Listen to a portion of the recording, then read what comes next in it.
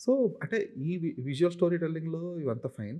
కాకపోతే మీరు చెప్పే మెటాఫరికల్ సీక్వెన్సెస్ అనేవి గాని, లేదంటే ఒక ఎమోషన్స్ అనేవి గాని, అంటే ఇది అందరికీ కనెక్ట్ అవుతాయి. అందరూ అదే కోణంలో చూస్తారని చెప్పలేం గదా!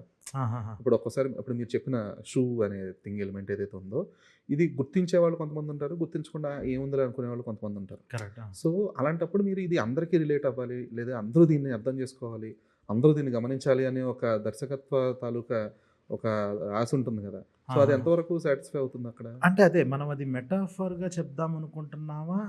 డైరెక్ట్‌గా చెప్పేద్దాం అనుకుంటున్నామా? అని తీసుకునే చాయిసెస్‌ని హ్మ్. బట్టి. కొంతమంది ఏంటనంటే దీన్ని సైలెంట్‌గా ఉంచుదాం అర్థమయ్యే వాళ్ళకి అర్థమైద్ది. ఇది తన తాలూకా ఇండికేషను ఇది ఇది అని చెప్పేసి అని చెప్పి.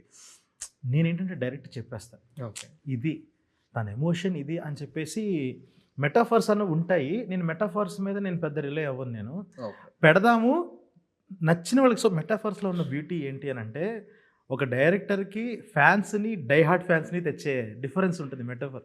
కనుక్కున్నోడు డై హార్డ్ ఫ్యాన్ అవుతాడు. అర్రే! అస్సలు మామూలోడు కాదు. నాలాగా ఆలోచిస్తున్నాడు. ఎంత గొప్పగా ఆలోచించాడు అని చెప్పి. ఫ్యాన్స్ అన్నది ఏంటంటే భలే ఆలోచించాడు అని అన్నది. సో, నేను బేసిక్‌గా మెటాఫర్స్ కన్నా కూడా డైరెక్ట్ ఎమోషనే పెడతా. ఓకే. ఓకే. ఇది నా కథ. ఇదిగో ఇది దీంతో నువ్వు ఇలా ఫీల్ అవ్వు.